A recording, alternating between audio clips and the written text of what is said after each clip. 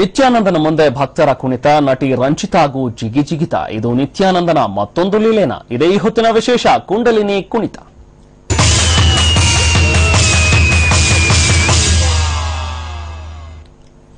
ಸ್ವಾಮಿ ನಿತ್ಯಾನಂದನ ಬಗ್ಗೆ ನಿಮಗೆ ಗೊತ್ತೇ ಇದೆ. ಈ ಹಿಂದೆ ಸಖತ್ ಸುದ್ದಿಯಲ್ಲಿದ್ದವರು, ಕುಖ್ಯಾತಿಗೂ ಕೂಡ ಕಾರಣವಾಗಿದ್ದ ಸ್ವಾಮಿ. ಸದ್ಯ ಅವರು ಬಿಡದಿಯಲ್ಲಿ ಮತ್ತೆ ಸುದ್ದಿ ಮಾಡಿದ್ದಾರೆ. ಇವತ್ತು ಗುರುಪೂರ್ಣಿಮಾ. ಇದರ ಅಂಗವಾಗಿ ನಿತ್ಯಾನಂದ ಕುಂಡಲಿನಿ ಯಾಗ ಹಮ್ಮಿಕೊಂಡಿದ್ರು. ಅಲ್ಲಿಗೆ ನಿತ್ಯಾನಂದ ಸಾರೋಟ್ನಲ್ಲಿ ಬಂದ ಗೆಟಪ್ ಅಂತೂ ಸಖತ್ತಾಗಿಯೇ ಇತ್ತು.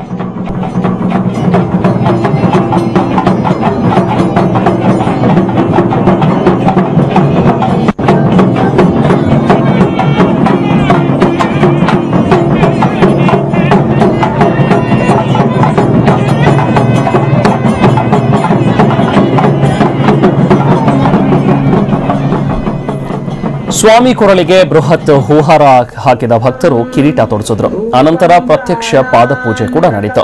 ಈ ಸಂದರ್ಭದಲ್ಲಿ ಭಕ್ತರು ಭಾವ ಪರವಶರಾಗಿದ್ರು. ನೈವೇದ್ಯಂ ಸ್ಯಾತ್ ಸುಧಾಂಬುಧಿಃ ಅನಾಹತ ಧ್ವನಿರ್ಘಂಟಾ ವಾಯುತತ್ವಂ ಚ ಚಾಮರಂ ಸಹಸ್ರಾರಂ ಭವೇತ್ ಛತ್ರಂ ಶಬ್ದತತ್ವಂ ಚ ಗೀತಕಂ ನೃತ್ಯಮಿಂದ್ರಿಯ ಕರ್ಮಾಣಿ ಚಾಂಚಲ್ಯಮನಸಸ್ತಥಾ. ಓಂ ಹ್ರೀಂ ಇದಂ ಸ್ವರ್ಣಾಸನಂ ಸರ್ವದೇವದೇವಿ ಸ್ವರೂಪಾಯ ಸದ್ಗುರು ನಿತ್ಯಾನಂದಾಯ ನಮಃ. ಓಂ ಹ್ರೀಂ ಇದಂ ಸ್ವರ್ಣಾಸನಂ ಸರ್ವದೇವದೇವಿ ಸ್ವರೂಪಾಯ ಸದ್ಗುರು ನಿತ್ಯಾನಂದಾಯ ನಮಃ. ಓಂ ಹ್ರೀಂ ಇದಂ ಸ್ವರ್ಣಾಸನಂ ಸರ್ವದೇವದೇವಿ ಸ್ವರೂಪಾಯ. ಆ ಬಳಿಕ ಶುರುವಾಗಿದ್ದೆ ಕುಂಡಲಿನಿ ಯೋಗ. ಸ್ವಾಮಿ ನಿತ್ಯಾನಂದ ಭಕ್ತರಿಗೆ ಅದೇನು ಮಾಡಿದ್ನೋ ಏನೋ, ಇದ್ದಕ್ಕಿದ್ದಂತೆ ಭಕ್ತರು ಕುಣಿಯೋಕ್ ಶುರು ಮಾಡಿದ್ರು. ವೇದಿಕೆಯಲ್ಲೇ ಕಪ್ಪೆ ಜಿಗಿತ, ಕುಳಿತಲ್ಲೇ ನೆಗೆತ ಕೂಡ ಶುರುವಾಯಿತು.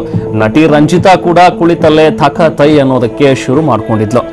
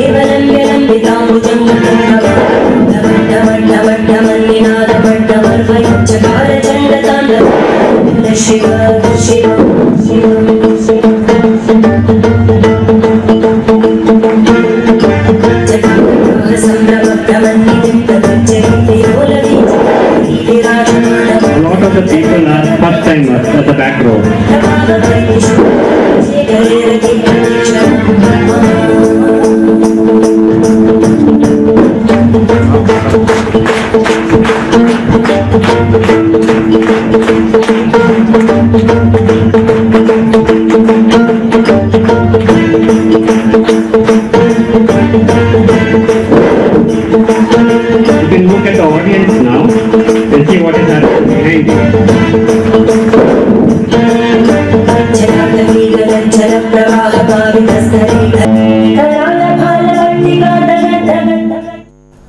ಇದು ಅಂತಿಂತ ಕುಣಿತ ಅಲ್ಲ, ಇದರಲ್ಲಿ ಕೆಲವೊಂದು ಇಂಟ್ರೆಸ್ಟಿಂಗ್ ಪಾಯಿಂಟ್ಸ್ ಕೂಡ ಇದೆ. ಅದು ನಮ್ಮ ಮುಂದಿನ ಇದೇ ಒಂದು ಸಂಚಿಕೆಯಲ್ಲಿ ನಾವು ತಿಳಿಸ್ತೀವಿ. ಅದಕ್ಕಿಂತ ಮುಂಚೆ ನಿತ್ಯಾನಂದ ಈ ಒಂದು ಬಗ್ಗೆ ಮಾತಾಡಿದಾನೆ. ಅಂದ್ರೆ ಈ ಕುಂಡಲಿನಿ ಯಾಗ ಯಾಕೆ ಮಾಡ್ದ, ಜೊತೆಗೆ ಈ ಕುಣಿತ ಯಾಕಿತ್ತು ಅನ್ನೋದ್ರ ಬಗ್ಗೆ ಮಾತಾಡಿದಾನೆ. ಏನ್ ಹೇಳ್ತಾನೆ ನೋಡೋಣ.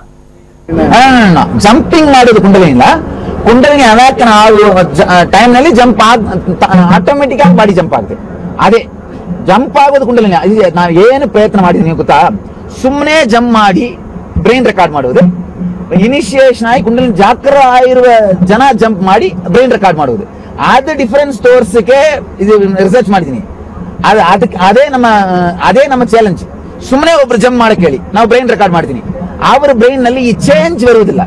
ಅದು ಅವ್ರ ಬ್ರೈನ್ ನಲ್ಲಿ ಏನೇನು ಚೇಂಜ್ ಆಗಿದೋ, high frequency and high restful awareness, high silence, peace, ಅವರು ಹೇಳ್ತಾರೆ ಏನು ಇನ್ಫಾರ್ಮೇಶನ್ ಹೊರಗಡೆ ಇದೋ ಎಲ್ಲ ಕಂಪ್ಲೀಟ್ ಆಗಿ ಕ್ಲಿಯರ್ ಸೈಲೆಂಟ್ ಆಗಿ ಕಾಗ್ನಿಸೆನ್ಸ್ ಆಗುತ್ತೆ ಅವ್ರು ಹೇಳ್ತಾರೆ.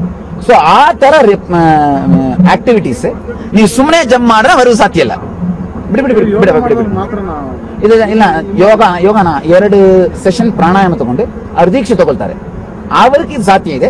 ಯಾರು ಬೇಕಾಗಿಲ್ಲ ಬರದು ದಿವಸ ಮಾರ್ನಿಂಗ್ ಬೆಳಗ್ಗೆ ಈ ದೀಕ್ಷೆ ಫ್ರೀ ಆಗಿ ಕೊಡ್ತೀನಿ. 2 ಸೆಷನ್ ಯಾರೇ ಬಂದು ಟ್ರೈ ಮಾಡ್ತಾರೋ ಅವ್ರಿಗೆ ಇದು ಎಕ್ಸ್ಪೀರಿಯನ್ಸ್ ಆಗುತ್ತೆ. ಇವ್ರಿಗೆ ನಾವೇನು ಈಗ ಟುಡೇ ಚಾಲೆಂಜ್ ಮಾಡಿರೋದು ಯಾರನ್ನ, ಸುಮ್ಮನೆ ಫೇಕ್ ಮಾಡುವುದು, ರಿಯಲ್ ಆಗಿ ಜಂಪ್ ಮಾಡುವುದು. ಇವಾಗ ಇನಿಷಿಯೇಟಿವ್ ತಗೊಂಡು ಇಬ್ಬರಿಗೂ ಡಿಫರೆನ್ಸೇ ನಾವು ಚಾಲೆಂಜ್ ಮಾಡಿದೀನಿ. ನಾವೇನೋ ಯಾರು ಬೇಡ ಬನ್ನಿ ನೀವು ಜಂಪ್ ಮಾಡಕ್ ಮಾಡ್ತೀನಿ ಚಾಲೆಂಜ್ ಮಾಡಿಲ್ಲ. ನಾವೇನು ಚಾಲೆಂಜ್ ಮಾಡ್ತೀರೋ ಆ ತರ ಆ ಸ್ಪೆಕ್ಟ್ರದ ಒಳಗಡೆಗೆ ನಮ್ ಚಾಲೆಂಜ್ ಏನ, ಸುಮ್ಮನೆ ಒಬ್ಬರ ಜಂಪ್ ಮಾಡಕ್ ಹೇಳಿ ಅವ್ರ ಬ್ರೈನ್ ಸ್ಟಡಿ ಮಾಡಿ, ಯಾರೋ ಒಬ್ರು ಸ್ಟ್ರೀಟ್ ಮ್ಯಾನ್ ನಮ್ಮ ದೀಕ್ಷೆ ತಗೊಂಡಿರುವ ಇವರು ಜಂಪ್ ಮಾಡಿ ಇವರು ಬ್ರೈನ್ ಸ್ಟಡಿ ಮಾಡಿ, ಇವರ ಬ್ರೈನ್ ನಲ್ಲಿ ಫಿಸಿಕಲ್ ಹೀಲಿಂಗ್, ಮೆಂಟಲ್ ಹೀಲಿಂಗ್, ಆ ಕಾನ್ಶಿಯಸ್ ರೈಸ್ ಆಗುತ್ತೆ. ಇದು 3 ಇವ್ರ ಬ್ರೈನ್ ನಡೆಯುತ್ತೆ. ಸುಮ್ಮನೆ ಜಂಪ್ ಮಾಡೋರ್ ಬ್ರೈನ್ ಅಲ್ಲಿ ಅದು ಆಗೋದಿಲ್ಲ. ಅದೇ ನಾವು ಚಾಲೆಂಜ್ ಮಾಡ್ತೀವಿ.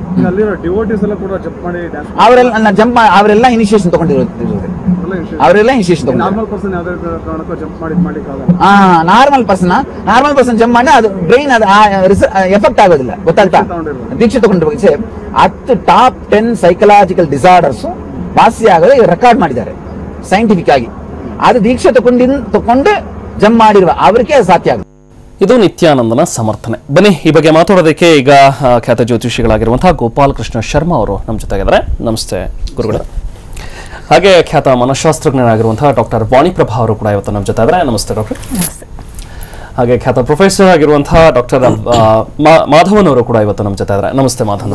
ಓಕೆ.